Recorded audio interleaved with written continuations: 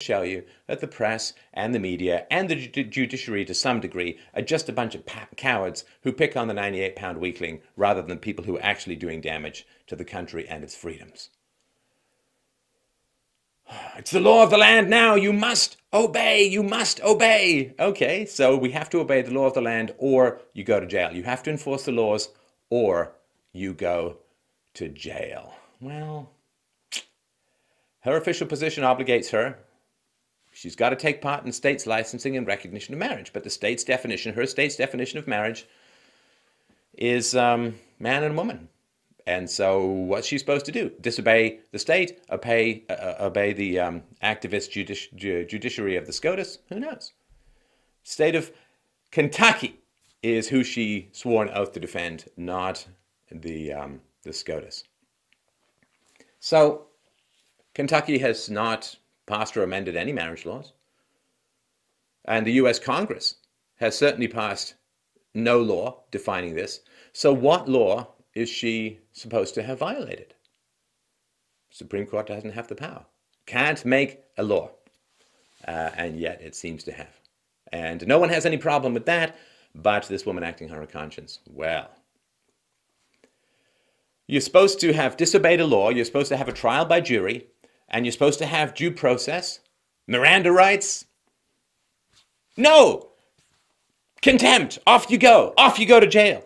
This is Soviet in its nature. This is rule by fiat. This is not rule by law. It is absolutely brutal. And the law, the courts that have the power to simply jail you for disobeying without due process, that's tyrannical. This is banana republic dictatorship stuff.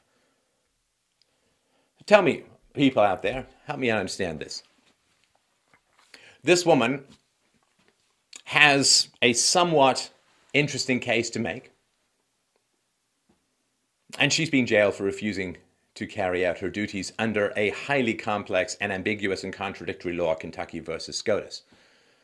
So if you don't enforce the law, you go to jail. The Obama administration has refused basically to enforce immigration laws. Anybody impeaching them? Anybody sending them to jail? Oh no, you see, they've got a lot of power and they're very big, so they're too big to take on. Let's pick on this little lady.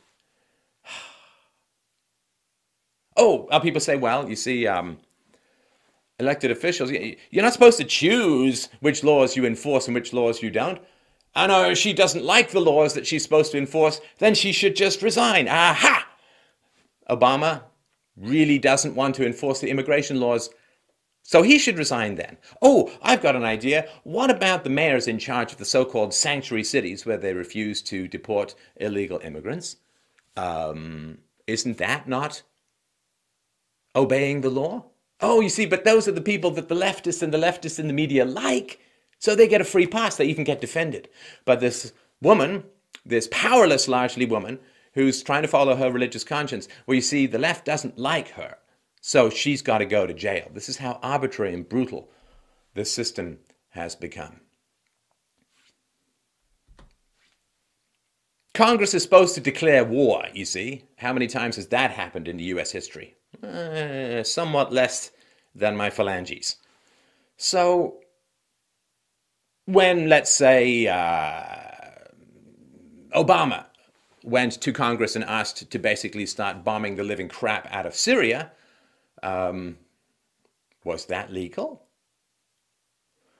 The International Law Commission in 1951 was tasked by the UN to develop a definition of aggression. Now, aggression doesn't sound that bad. It sounds like you're just kind of choleric. No, it is the worst crime in the world. Aggression, this is a quote, aggression is the use of force by a state or government against another state or government in any manner, whatever the weapons used, and whether openly or otherwise, for any reason or for any purpose other than individual or collective self-defense, or in pursuance of a decision or recommendation by a competent organ of the United Nations. So, according to international law, if you initiate the use of violence not in immediate self-defense or not through the UN, you are guilty of a war crime. This is what they hung Nazi leaders for. Oh, wait, that's because they won the war. And of course, the whole point of winning a war is to do pretty much what your enemies did, but get away with it. That's why you try.